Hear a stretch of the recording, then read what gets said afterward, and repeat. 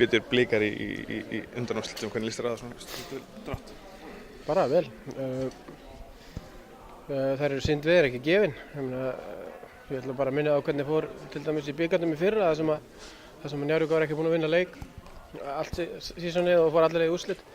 Svo eins og við sagðum daginn að það er öll lið 0 stilt fyrir þessa leiki og mjög mótiveruð og þetta er bara ný keppni svo þetta verður bara erfiður leikur og við bara undirbúum okkur eins og þetta sé undanúrslit í bikar. Allt undir. Stjarnan eina liði sem liði í kallaða kvennaflokki, þannig að þetta getur verið ansi góð helgi fyrir ykkur. Já, vonandi. Við þurfum bara að koma vel undirbúin, að æfa vel. Við erum ekki farin að hugsa um þennan leik.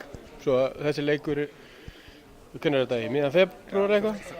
Já, svo við hefum bara 2-3 leiki þangað til, svo við einbyttum okkur bara að því og við tökum bara einn leik í einu.